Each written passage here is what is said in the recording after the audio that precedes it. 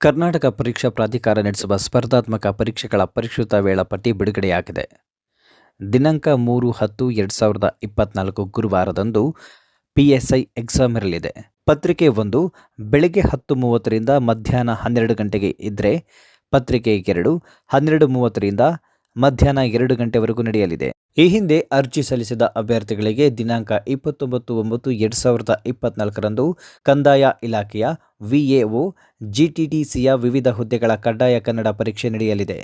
ಈ ಹಿಂದೆ ಇದ್ದ ದಿನಾಂಕದಂದೇ ಪರೀಕ್ಷೆ ನಡೆಯಲಿದೆ.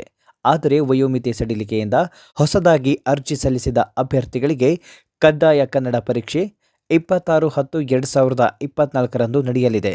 ಕಂದಾಯ ಇಲಾಖೆಯ VAO ಮುಖ್ಯ ಪರೀಕ್ಷೆ 27-10-2024ರ ಭಾನುವಾರದಂದು ನಡೆಯಲಿದೆ. ಕಾಲೇಜು ಶಿಕ್ಷಣ ಇಲಾಖೆಯ KCET ಅರ್ಹತಾ ಪರೀಕ್ಷೆ 24-11-2024ರ ಭಾನುವಾರದಂದು ನಡೆಯಲಿದೆ.